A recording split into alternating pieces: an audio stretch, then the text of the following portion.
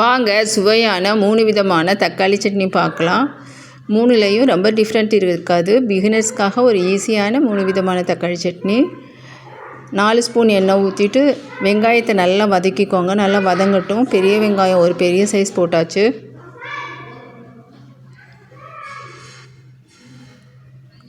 நாலு வெள்ளைப்பூடு போட்டு 3 தக்காளி போட்டு 4 வரமிளகாய் போட்டு நல்லா வதக்கி விட்டுருங்க. நல்லா வதங்கட்டும். அதிலே கல்லுப்பு சேர்த்து போட்டு அரைச்சி கடுகு போட்டு தாளிச்சிட்டோன்னா அருமையான தக்காளி சட்னி ரெடி ஆயிடும். கடுகும் கடலைப்பருப்பும் போட்டு நல்லா கிளறி விட்டுற வேண்டியதுதான். 4 ஸ்பூன் எண்ணெய் ஊற்றிக்கோங்க. அதில் கடலைப்பருப்பை நல்லா வறுத்துக்கலாம். நல்லா வறுத்தோடனே செவந்து வந்தோடனே எடுத்துடலாம். எடுத்துட்டு அதே எண்ணெயில் வெள்ளைப்பூடு வெங்காயத்தை நல்லா வதக்கிக்கோங்க. ஒரு 10 வெள்ளைப்பூடு, தக்காளி 2 தக்காளி போட்டு அதையும் சேர்த்து வதக்கிக்கலாம். அது கூட கல்லுப்பு சேர்த்து வரமிளகாய் போட்டு சேர்த்திட்டு நம்ம எடுத்து வச்சுருந்த கடலைப்பருப்பையும் சேர்த்து போட்டு அரைச்சி தாளித்து விட்டுடலாம். அருமையான கடலைப்பருப்பு போட்ட தக்காளி சட்னி ரொம்பவே டேஸ்ட்டாக இருக்கும். கொஞ்சமாக எண்ணெய் 4 ஸ்பூன் எண்ணெய் ஊற்றி கடலைப்பருப்பை வறுத்து எடுத்துக்கோங்க.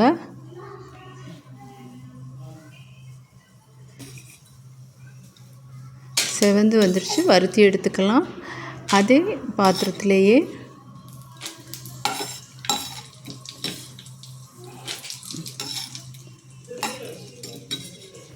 ஒரு பெரிய வெங்காயம், ஒரு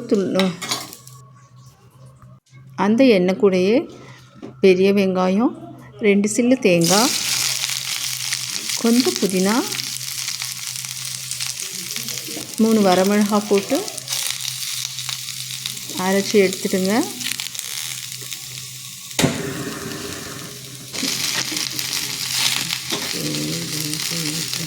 நல்லா புதினா வதங்கட்டும். அது கேட்குது என்ன வேலைம்மா, என்ன வேலை? புதினா வதங்கட்டும். அது கூடயே நம்ம ஒரே ஒரு தக்காளியை போட்டு நல்லா வதக்கிக்கலாம். தக்காளியும் நல்லா வதங்கி வரட்டும்.